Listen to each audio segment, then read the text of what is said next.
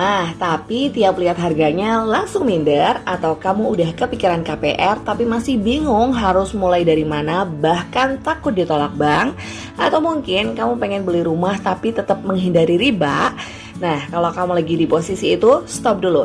Jangan asal ambil keputusan sebelum kamu benar-benar paham sistemnya. Karena salah langkah sedikit aja kamu bisa rugi atau bahkan terjebak dalam cicilan yang berat. Nah, di video ini aku bakal jelasin lengkap cara mengajukan KPR dari nol sampai disetujui. Plus, aku juga akan bahas alternatif KPR syariah buat kamu yang ingin lebih tenang tanpa riba. Dan sebelum kita mulai, jangan lupa subscribe dulu di channel Evi Wahyu ya. Karena aku bakal terus sharing hal-hal bermanfaat seputar keuangan dan kehidupan sehari-hari. Yuk kita mulai!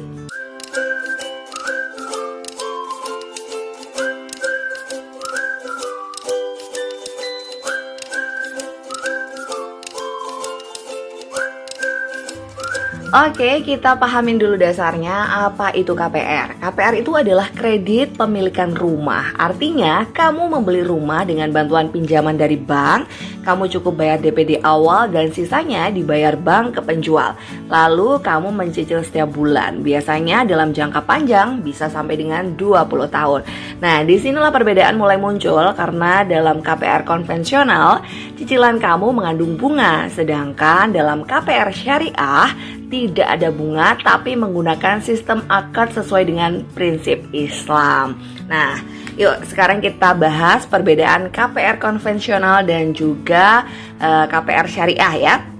Ini penting banget supaya kalian bisa memilih dengan sadar. KPR konvensional itu menggunakan sistem bunga, besar cicilannya bisa berubah atau floating, ada penalti kalau telat bayar. Sedangkan KPR syariah itu tidak menggunakan bunga. Karena ini menghindari riba ya buat teman-teman yang mungkin udah concern banget tentang riba. Dan di KPR syariah ini akadnya jelas di awal seperti jual beli dan juga cicilannya biasanya tetap dari awal sampai akhir. Nah, dalam syariah bank membeli rumah terlebih dahulu lalu menjual kembali ke kalian dengan margin keuntungan yang sudah disepakati. Jadi bukan pinjam uang tapi transaksinya transaksi jual beli. Nah, kemudian selanjutnya kita bahas ya tentang syarat pengajuannya antara KPR konvensional dan juga KPR syariah. Nah, untuk syaratnya sebenarnya hampir sama aja ya antara KPR konvensional dan juga KPR syariah. Kalian itu harus WNI, warga negara Indonesia ya, usia minimalnya 21 tahun. Jadi buat kalian yang udah 21 tahun, kalian sudah bisa. Tapi tunggu dulu, kalian juga harus punya penghasilan tetap ya. Nggak asal umur 21 aja. Jadi kalian udah harus berpenghasilan dan sudah bekerja minimal 1-2 tahun. Dan juga bank itu tetap akan melihat kemampuan bayar kalian. Dan tetap ada pengecekan riwayat kredit walaupun di beberapa lembaga syariah lebih fleksibel ya.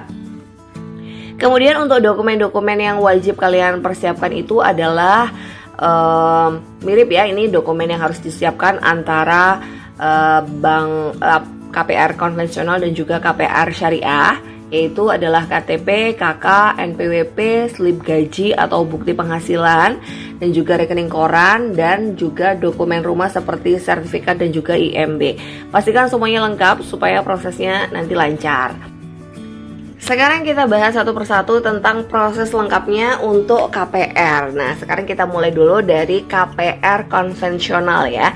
Aku jelasin pelan-pelan supaya kalian benar-benar kebayang gimana sih caranya. Yang pertama, kalian harus sudah menentukan rumahnya ya. Ini penting karena bank akan menilai rumah yang kalian ajukan. Nah, pastikan juga legalitasnya itu aman, tidak dalam sengketa, dan sertifikatnya jelas. Nah, kalau kamu belinya dari developer atau di perumahan seperti itu, biasanya akan lebih mudah ya karena sudah bekerja sama dengan bank. Tapi kalau misalnya kalian pengen kredit rumah yang rumah biasa, bukan di perumahan gitu, kalian bisa mengajukannya langsung ke bank, seperti itu. Nah, nanti kalau kalian sudah cocok dengan rumah itu, biasanya kalian diminta bayar booking fee. Nah, ini semacam tanda jadi supaya rumah tidak dijual ke orang lain. Nah, nominalnya itu bervariasi ya, tergantung developernya atau tergantung orangnya. Kemudian setelah itu kalian bisa langsung mengajukan KPR-nya ke bank. Nah, kalian bisa langsung ke bank, kalian pilih bank mana yang kalian inginkan gitu ya. Atau kalian juga bisa lewat developer. Dan kalau lewat developer itu biasanya mereka akan bantu prosesnya, jadi lebih praktis gitu. Kemudian untuk pengumpulan dokumennya, di tahap ini kalian harus isi formulir dan submit semua dokumen. Pastikan semuanya sudah lengkap dan jujur ya. Seperti yang saya jelaskan tadi, dokumen-dokumen yang diperlukan itu kalian siapkan dan pastikan dokumen-dokumen ini udah benar. Jangan sampai ada dokumen yang palsu karena bank akan mengecek semuanya. Kemudian setelah itu ada tahap yang paling krusial, yaitu bank akan cek riwayat kredit kalian melalui Slick OJK. Kalau skor kalian jelek, misalnya pernah macet atau sering telat bayar, besar kemungkinan pengajuan kalian akan ditolak. Makanya sebelum ajukan KPR, pastikan semua cicilan kamu bersih ya. Jangan sampai ada tunggakan-tunggakan, karena semua bank itu nge-link ya. Jadi kayak misalnya kalian ada masalah di satu bank, itu pasti semua bank juga akan tahu gitu, karena semuanya itu ada jaringannya seperti itu.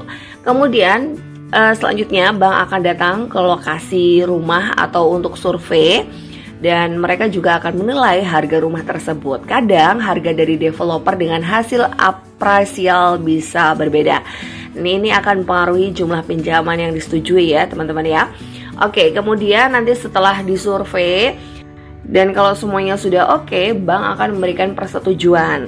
Kalian akan dapat SPK atau surat persetujuan kredit. Isinya itu jumlah pinjaman, bunga, tenor, dan juga cicilan per bulannya.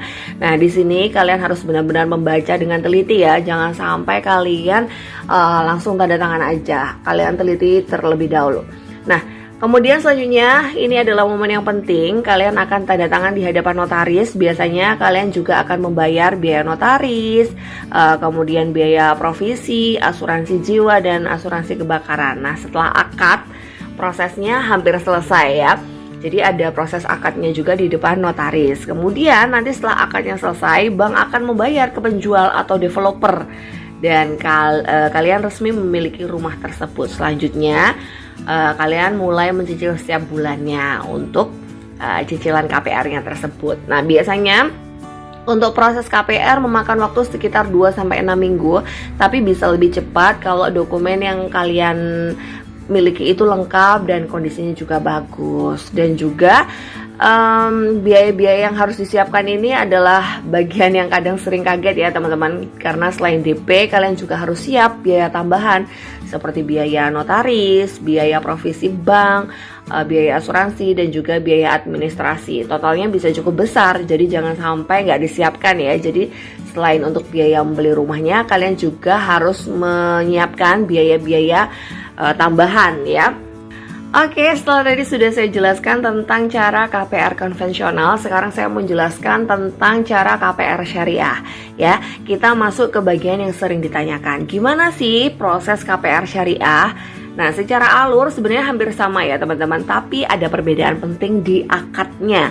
Biasanya menggunakan akad seperti muraba'ah, yaitu jual beli dengan margin keuntungan, atau musyarakah mutanakisah, yaitu kepemilikan bertahap. Contohnya gini, bank memilih rumah tersebut terlebih dahulu, lalu menjual ke kalian dengan harga yang sudah disepakati di awal. Misalnya nih, harga rumahnya 300 juta, bank menjual ke kalian jadi 400 juta secara cicilan. Nah, angka 400 juta ini sudah fix di awal, tidak berubah walaupun kondisi ekonomi berubah, dan tidak ada bunga yang berjalan seperti di sistem konvensional. Selanjutnya kita bahas kelebihan dan kekurangan KPR syariah. Untuk kelebihannya kita tuh jadi lebih tenang karena menghindari riba dan juga cicilannya tetap dan akadnya jelas di awal. Dan untuk kekurangannya biasanya itu DP-nya lebih besar teman-teman. Dan pilihan bank atau lembaganya itu lebih terbatas karena nggak semua bank menganut sistem syariah ya, dan prosesnya kadang sedikit lebih lama. Jadi buat kalian yang ingin melakukan KPR syariah, maka sebaiknya kalian harus mempersiapkannya lebih dulu untuk DP-nya lebih besar, dan juga kalian harus pilih bank mana yang menganut KPR syariah ini ya, karena nggak semua bank menganut sistem syariah. Kemudian untuk biaya yang harus disiapkan baik konvensional maupun syariah itu kalian sama aja ya, tetap harus menyiapkan DP, biaya notaris, asuransi, dan biaya administrasi. Jadi jangan fokus ke cicilannya aja. Untuk KPR syariah dan juga konvensional itu sama-sama ada biaya tambahannya. Dan untuk lama prosesnya, untuk waktu keduanya itu mirip antara KPR syariah dan juga konvensional, sekitar 2-6 minggu tergantung kelengkapan dokumen dan juga kondisi kalian ya. Nah, selanjutnya kita bahas tips biar disetujui di semua sistem ya, entah itu di KPR konvensional maupun KPR syariah. Nah, ini penting banget, kalian jangan punya kredit macet. Kemudian jaga cicilan maksimal 30% dari gaji. Jadi jangan muluk-muluk ya teman-teman. Jangan sampai kalian mengajukan cicilannya itu setengah dari gaji kalian. Jangan seperti itu. Itu bisa-bisa nanti ditolak. Kemudian kalian siapkan DP yang lebih besar kalau bisa. Jangan sampai DP-nya terlalu kecil, karena itu kemungkinan ditolaknya juga besar. Dan otomatis kalau DP kalian kecil itu nanti cicilannya juga akan semakin besar. Jadi kalian siapkan dulu DP-nya kalau bisa lebih besar supaya cicilannya nanti juga jadi lebih ringan. Pastikan legalitas rumahnya itu aman ya teman-teman. Jangan sampai rumah yang kalian pilih itu adalah rumah yang bersengketa.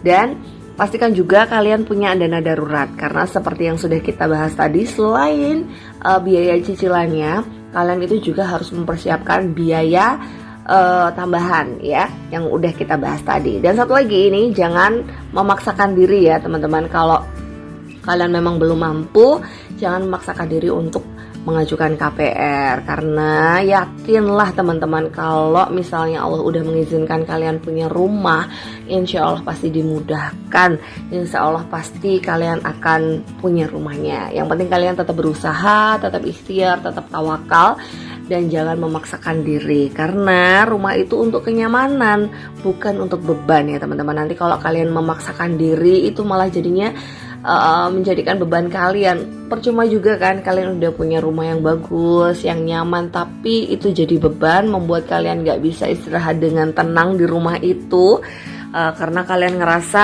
terbebani. Jangan sampai seperti itu ya teman-teman. Jadi sebaiknya kalian persiapkan semuanya dengan sebijak-bijaknya supaya proses KPR-nya lancar dan tidak membebani kehidupan kalian ke depannya.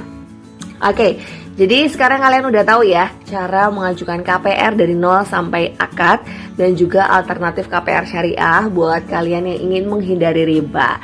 Tinggal kalian sesuaikan dengan kondisi dan prinsip hidup kalian, mau konvensional atau syariah, yang penting kamu paham dan siap. Semoga video ini bisa membantu kalian lebih dekat dengan rumah impian kalian. Kalau kalian merasa video ini bermanfaat, jangan lupa like, komen, dan share ke orang-orang terdekat kalian. Dan tentunya subscribe channel Evi Wahyu, karena aku akan terus sharing hal-hal yang bermanfaat untuk hidup kalian. Sampai ketemu di video selanjutnya. Bye-bye.